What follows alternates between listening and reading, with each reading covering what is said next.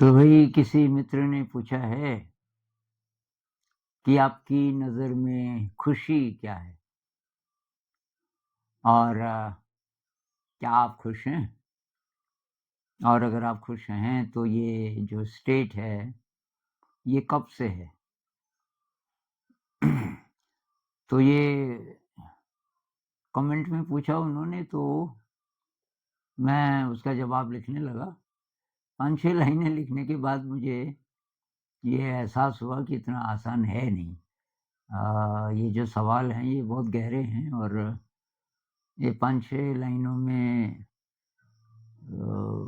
बात पूरी हो नहीं सकती।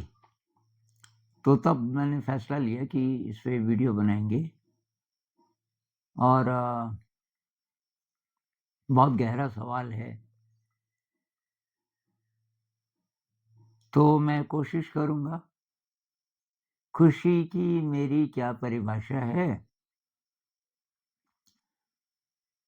कि भई एक तो ये कि आपकी डिपेंडेंस ना हो बाहर की दुनिया पर, साइकोलॉजिकल डिपेंडेंस। तो इससे मेरा क्या मतलब है, फ़िज़िकल डिपेंडेंस तो हमेशा रहेगी। क्योंकि ये जब तक शरीर है, इस शरीर को इस दुनिया से इस ब्रह्मांड से रोज़ हर पल कुछ चाहिए तभी ये ज़िंदा रहता है। जैसे हमें साँस चाहिए, ऑक्सीजन चाहिए, खाना चाहिए, कपड़े चाहिए, सुरक्षा चाहिए और आस-पास थोड़ा अच्छा माहौल हो, तो उससे मदद मिलती है। तो ये तो हुआ फ़िज़िकल।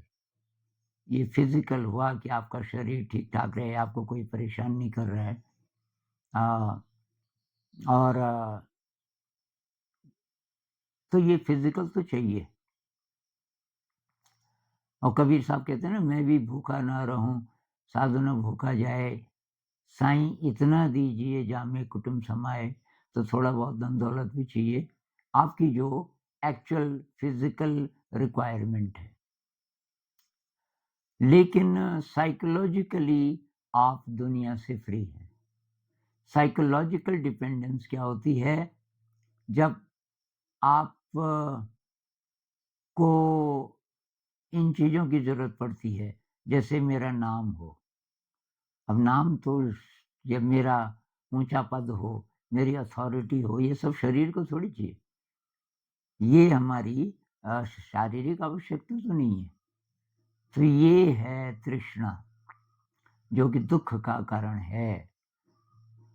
तो खुशी जिस दिशा में है, उसके अपोज़िट दिशा में ये चीज़ें ले जाती हैं। अगर बाहर की दुनिया से आपको कुछ भी साइकोलॉजिकल चाहिए, नाम है, पद है, अथॉरिटी है, अ, साइकोलॉजिकल सिक्योरिटी है। एक है फिज़िकल सिक्योरिटी, आपके पास रुपया-पैसा है, थोड़ा बहुत जमा भी है, थोड़ा बैंक में भी है। लेकिन ये महत्वाकांक्षा है कि बहुत ज़्यादा पैसा हो, तो वहाँ से ये गड़बड़ शुरू हो गई। तो ये ना हो, साइकोलॉजिकल डिपेंडेंस ना हो। तो ये मेरा कुछ-कुछ बचपन से था। इन चीज़ों में मुझे कुछ ख़ास मिलता नहीं था। जैसे फर्स्ट आ गया क्लास में, मुझे याद है ये 6th-7th की बात है और ज़्यादातर मैं ही आता था फर्स्ट। लेकिन टीचर ने पूछा भई कि कौन सोचता है कि मैं आया हूँगा फर्स्ट? तो कुछ-कुछ खड़े हुए, कुछ लड़के लड़के ही थे ज़्यादा और मुझे मेरे पीछे 2-3 बैठे हुए मेरी पीठ पे ठेल रहे थे कि खड़ा हो। उनको मालूम था कि यही आया होगा फर्स्ट तो। लेकिन एक तो मुझे संकोच भी होता था, जहाँ-जहाँ सम्मान मिलने की बात हो कि भई आगे खड़े होना है वग़ैरह, मैं पीछे चला जाता था। मुझे पता नहीं क्यों ऑकवर्ड लगता था और एक प्रकार का मज़ाक लगता था ये। अ, लेकिन तब टीचर ने खुद बोला कि भई आनंद खड़े हो जाओ। तुम नहीं सोचते कि तुम फर्स्ट आ सकते हो? मैं कुछ नहीं बोला कि भाई तुम ही आए हो फर्स्ट और ये इतने सारे खड़े हुए और तुम खड़े क्यों नहीं हुए? और ये हर जगह रहा। अब मैं इसकी छानबीन कर रहा हूँ कि भई बहुत बड़ी परेशानी से मैं इसलिए भी बचा रहा कि कुछ चाहिए ही नहीं साइकोलॉजिकल, और जो फिज़िकल है वो तो आ जाता है। भई हमें जो चिंता होती है नौकरी की, इसकी, उसकी, वो रोटी के लिए थोड़ी होती है। उतना तो हम कमा ही लेंगे कुछ भी करके। वो होती है डर के कारण। ऐसा ना हो जाए, वैसा ना हो जाए, या दूसरों को देख के वो सब आगे निकल रहे हैं, वो देखो मेरा दोस्त, मैं पीछे रह गया। तो ये जो चीज़ें हैं, मैं इससे फ्री था। और क्यों था फ्री, ये पता नहीं। ये तो पिताजी की कहानियों में ये संदेश होता था। सॉरी, मेरी आवाज़ सही नहीं निकल रही अभी, खाँसी है और ये गला अभी ठीक नहीं हुआ। पिताजी की कहानियों का थीम होता था कि कोई बड़ी शक्ति है और सब उस पे छोड़ दो। जो लाया तुम्हें इस जगत में, तो वो देखभाल भी करेगा। और ये पक्का विश्वास उन्होंने डाल दिया। वो ऐसा बोलते नहीं थे शब्दों में, कहानियों का ऐसा सार होता था। और वो दूसरा ये कि वो खुद बहुत खुश रहते थे। तो खुश का मतलब एक प्रकार का संतोष, कि आप संतुष्ट हैं अपनी ज़िंदगी से। दूसरी बात, संतुष्ट हैं लेकिन लेज़ी नहीं है। तो दूसरी बात ये कि मेरा बचपन से ये रहा कि रस इसमें आ रहा है तो मैं ये काम करूँगा, रस नहीं आ रहा है तो मैं नहीं करूँगा। तो मैं ये होमवर्क वगैरह ख़ैर सरकारी स्कूल में होता भी नहीं था, पर मैं वो किताबें कभी नहीं पढ़ता था, ये सिलेबस की। शुरू में जब खरीदता था, मई के एंड में स्कूल की छुट्टी होती थी, पिताजी बोलते थे अगली क्लास की किताबें ले आ बाज़ार से। बाज़ार काफ़ी दूर था, वो मैं ले आता था और बोलते थे अब ये इनको ख़त्म कर छुट्टियों में ही। ये तो पतली-पतली किताबें हैं 3-4, और मैं छुट्टियों में सारी किताबें पढ़ लेता था और उसमें कुछ भी मुझे मुश्किल नहीं लगता था। वो गणित हो चाहे अ, हिंदी हो, इंग्लिश होती नहीं थी उस ज़माने में। तो अब स्कूल मेरे लिए जेल जैसा होता था। हालाँकि मैं पढ़ाई में तेज़ था, कोई सवाल टीचर पूछते मैं फट बता देता था। और टीचर मेरे से नाराज़ भी रहते थे क्योंकि मैं उनकी तरफ तो देखता नहीं था। मैं लॉस्ट एकदम खोया-खोया, कमरा है तो खिड़की से बाहर देख रहा हूँ। अगर बाहर बैठे हैं, सर्दियों की धूप है, तो उधर वो ब्लैक बोर्ड पे कुछ लिख रहे हैं, बोल रहे हैं, तो ज्ञानंद खड़ा हो जा, अब बता ये, अब मैं बता देता था। अब क्या करें? तो स्कूल की बस जो घंटी बजती थी छुट्टी की, बस उससे थोड़ा-सा लगता था अब आज़ाद हो गए। तो स्कूल की पूरी ज़िंदगी शुरू से मुझे मीनिंगलेस, ना केवल मीनिंगलेस बल्कि ज़िंदगी के उजालों को छीनने वाली ऐसी लगी कि ये तो अंधेरा भरने का काम कर रहे हैं, रोज़, रोज़, रोज़ गुलामी सिखा रहे हैं। तो ख़ैर, और फिर मेरे पिताजी ने भी उसमें मदद की, 8 साल तक नहीं भेजा स्कूल। फिर कहने लगे यार तेरे को स्कूल तो मैं भेजना नहीं चाहता था, पर तू गाँव में करेगा क्या?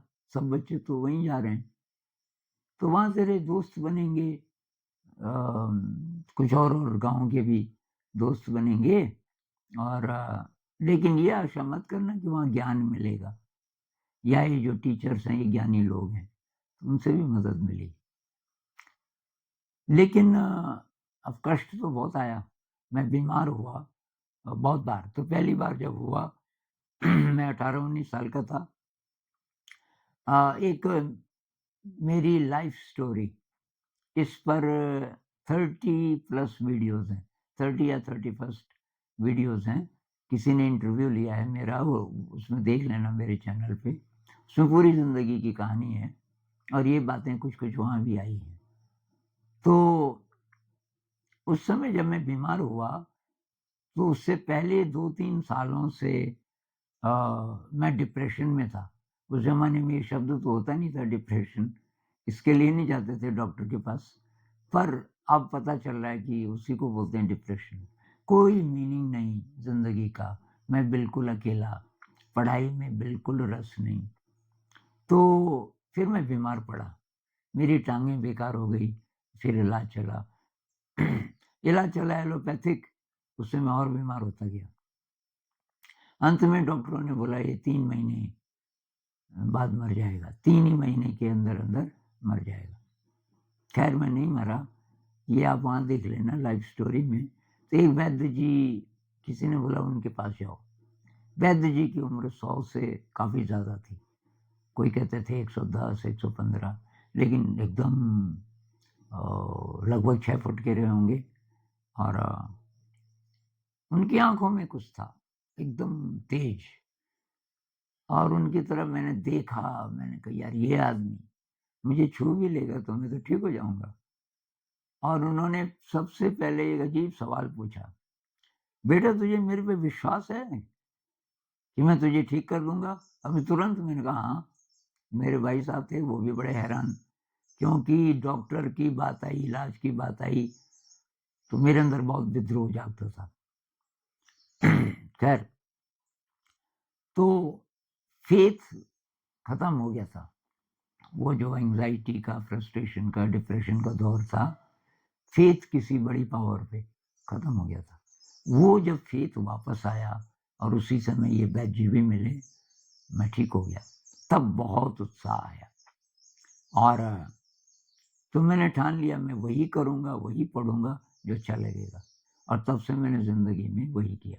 21-22 साल से लेकर अभी तक।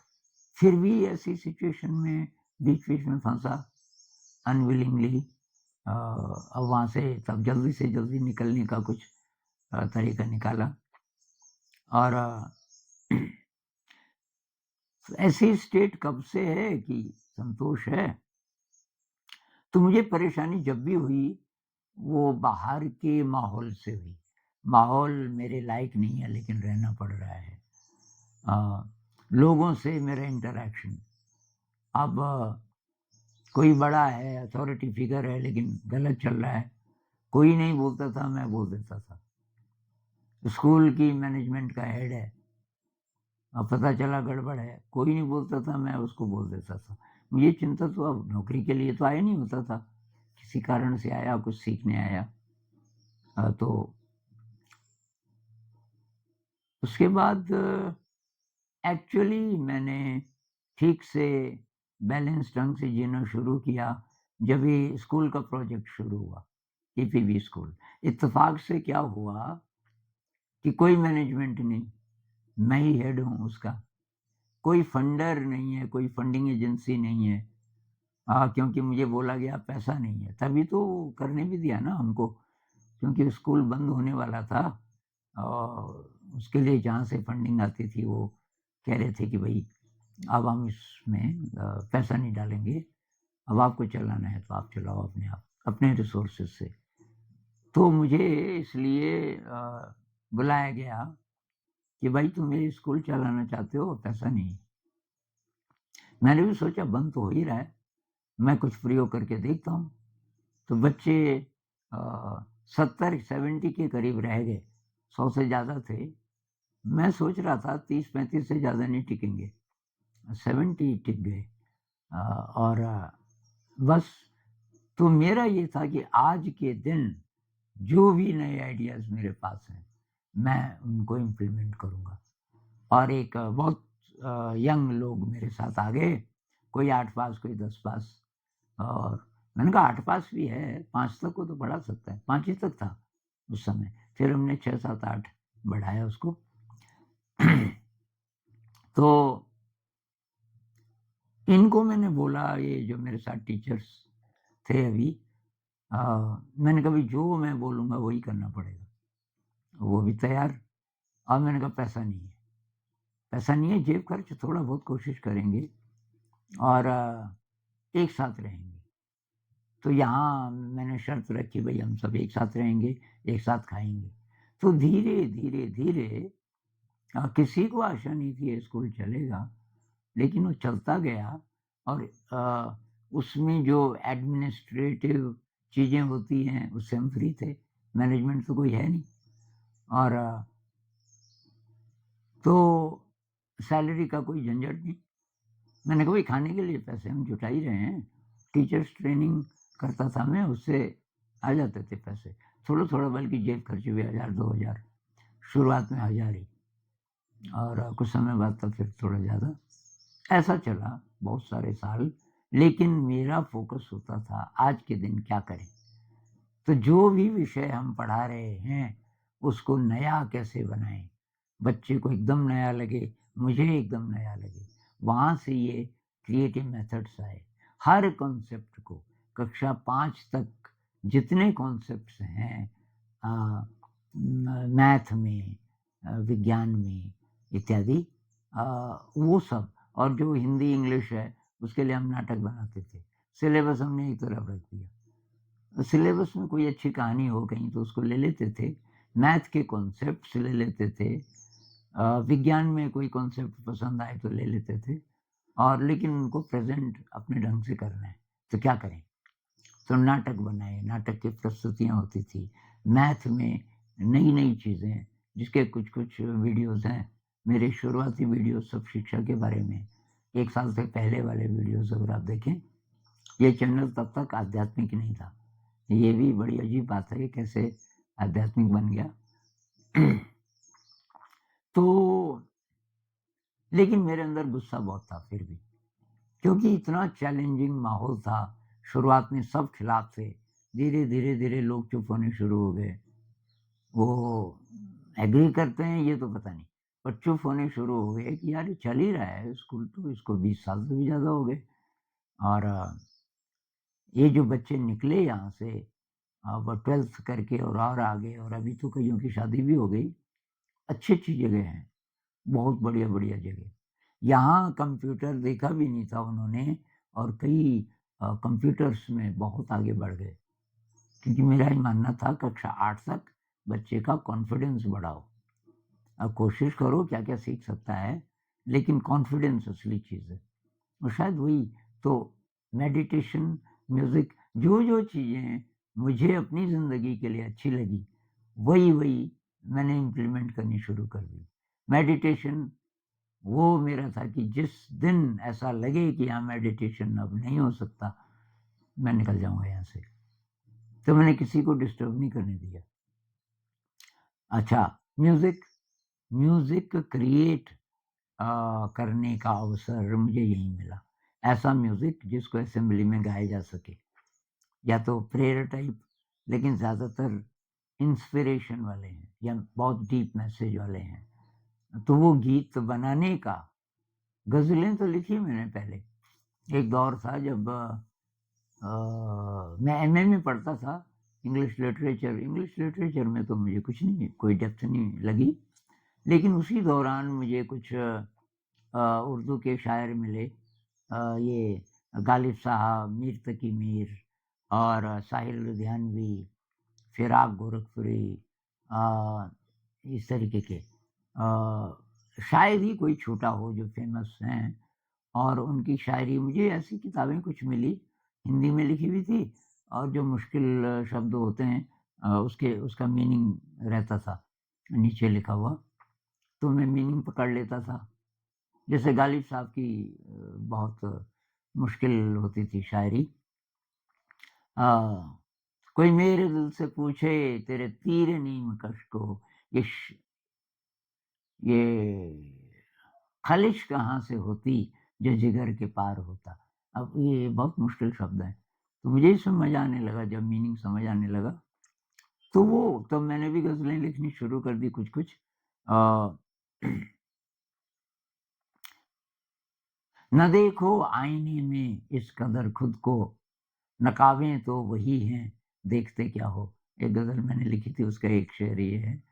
तो कुछ विद्रोह की ये जो सामाजिक विसंगतियां हैं, इससे रिलेटेड, ये धर्म के, देश के, जाति के जो बंधन है, जो डिवीजन पैदा करते हैं, ऐसे-ऐसे थीम्स उस समय विद्रोह के ज़्यादा थे, ये आध्यात्म वाले कम थे। तो यहाँ आकर के मुझे पता चला कि कैसी चीज़ मैं क्रिएट करना चाहता हूँ।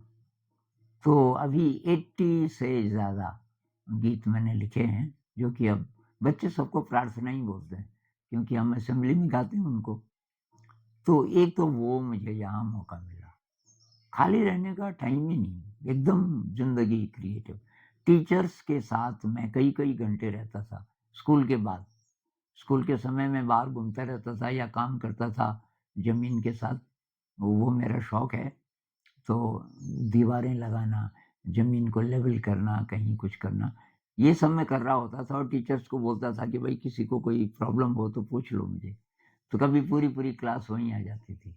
तो मेरे हाथ-पैर मिट्टी से सने हैं, जैसे बरसात का टाइम है, मिट्टी गीली है और तो खड़े-खड़े ही क्लास हो रही, भई क्या क्या प्रॉब्लम? ये प्रॉब्लम है, अच्छा।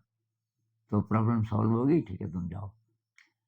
तो स्कूल में वो, स्कूल के बाद टीचर्स के साथ और वो खाने-पीने में जो टाइम लगता था खाना बनाने में, उसको छोड़ के बाकी जो भी टाइम है, ये मोबाइल फ़ोन होता नहीं था उस ज़माने में, तो टीचर्स हर समय कमरे में जाने का कोई मतलब नहीं। यहाँ जो मेडिटेशन रूम है, वही मेरा सोने का भी कमरा है।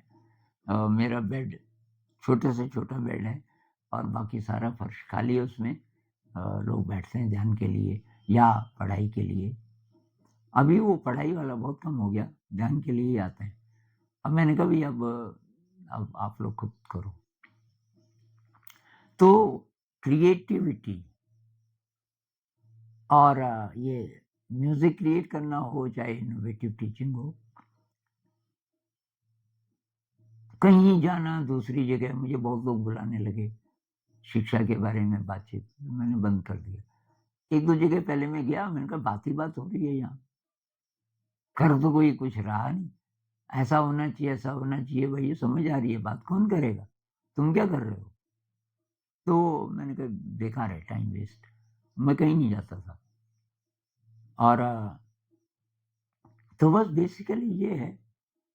तो मैं बोल रहा था मुझे गुस्सा बहुत आता था, क्योंकि ये स्ट्रेसफुल सिचुएशन थी, बहुत चैलेंजेस से डील करते हुए, तो इतनी शक्ति नहीं थी। बाहर की दुनिया के साथ, फालतू चीज़ों के साथ डील करने के लिए शक्ति नहीं थी। मुझे वो बहुत अननेसेसरी लगता था, तो इसको कैसे जल्दी से खत्म करें, वो था। और एक मैं यहाँ भी जैसे जब से ये आया मोबाइल, अब टीचर्स बहुत टाइम उसी पे लगाने लग गए, तो उससे भी मुझे गुस्सा आता था और मैं टीचर्स को बुला देता था कि भई आ जाओ पढ़ाई करने, क्या कर रहे हो तुम कमरे में? क्यों इस मोबाइल पे उँगली फेर रहे हो? तो अब ये किसको अच्छा लगता है? धीरे-धीरे मैंने देखा कि ये मोबाइल तो अब जाने वाला है नहीं, ये रहेगा और मैं कितनी भी कोशिश करूँ, इन लोगों को काफ़ी टाइम उसके लिए भी चाहिए ही चाहिए। तो मैंने बिल्कुल छोड़ दिया। मैंने कहा भई अब आप कुछ पूछोगे तो मैं गाइड करूँगा, नहीं तो मैं ध्यान करूँगा, अब उम्र भी बहुत ज़्यादा हो गई, कब तक मैं ये। तो सीनियर टीचर्स को लगभग सारी चीज़ें अभी पता हैं, तो मैंने कहा भई उन्हीं के पास जाओ अब। तो लेकिन गुस्सा फिर भी आता था।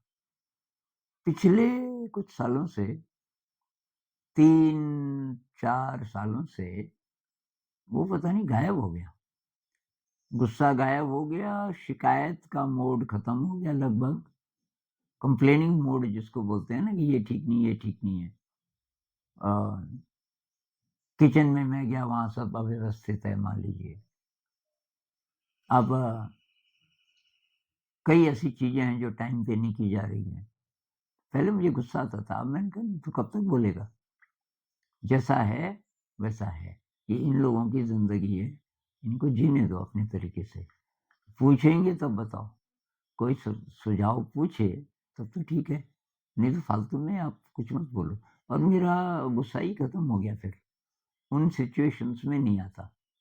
और अगर आता है, आने की संभावना है, तो थोड़ा-सा अलर्टनेस भी बढ़ गई, तो वो बहुत कम देर रहता है। तो अब ये है कि कोई भविष्य का डर नहीं, कोई मौत का डर नहीं है, क्योंकि मृत्यु के कुछ-कुछ एक्सपीरियंसेस मुझे हो चुके हैं। सिर्फ़ बीमारी वाले नहीं, उसके अलावा भी, कि कुछ-कुछ ऐसे अनुभव लाइफ़ स्टोरी में मैंने बताए हैं। मुझे हुए थे 80s में 80s में कि मैं जैसे कुछ समय के लिए गायब हो गया था, टोटली खत्म। और उसके बाद जब वापस आया तो कुछ नहीं, मतलब वो समय रुक गया, जैसे ब्लैंक हो गया। और उसको उसको रजिस्टर करने वाली जो मेरी अवेयरनेस है वो भी नहीं है, लेकिन मैं बेहोश नहीं था। फिर कुछ ऐसे एक्सपीरियंस हुए कि मैं एक्सपीरियंस कर पा रहा हूँ उसको, लेकिन है ब्लैंक, सब खत्म हो गया। कई-कई मिनट तक कुछ नहीं है। मेरी मेमोरी गायब हो गई, अपना नाम भी नहीं पता, ये कौन-सी जगह है ये भी नहीं पता, और कोई प्रॉब्लम भी नहीं है। और एक एक्सपेंसिव परवेसिव, जैसे कि सब जगह मैं फैल गया, ऐसी वाली कोई फीलिंग। ऐसे कुछ एक्सपीरियंसेस हुए थे।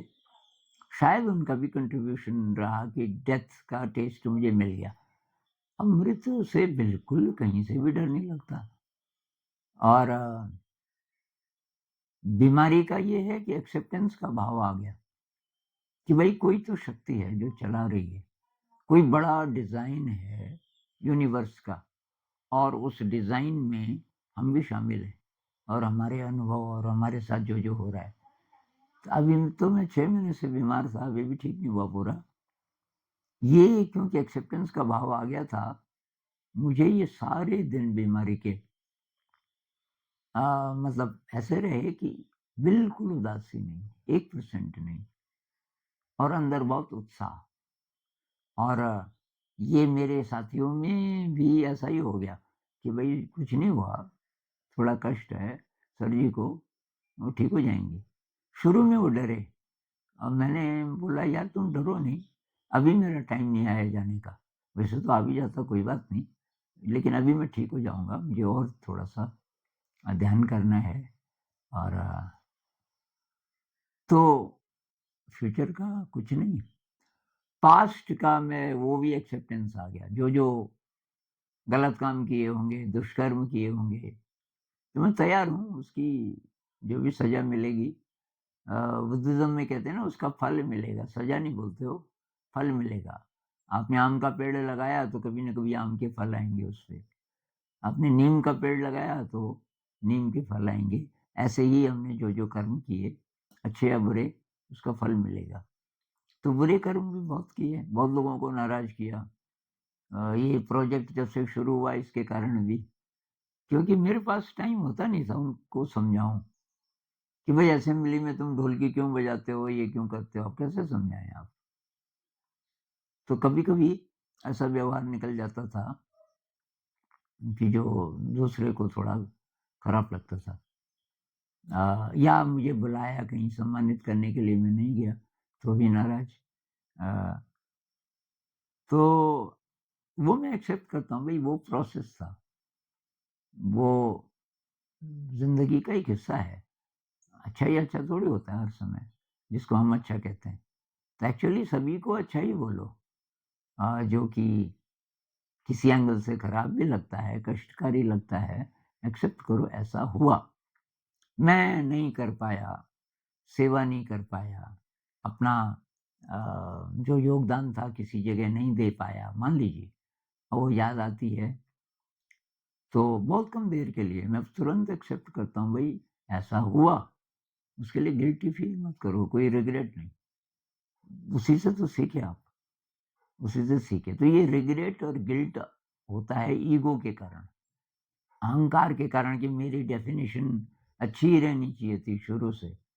ऐसी डेफ़िनिशन की क्या ज़रूरत है? तो ये मिस्टिक्स कहते हैं, डोंट डिफाइन योरसेल्फ, कोई डेफ़िनिशन नहीं हो सकती आपकी। तो जो-जो एक्सपीरियंसेस हुए, वेरी गुड, उनसे मैं सीखा।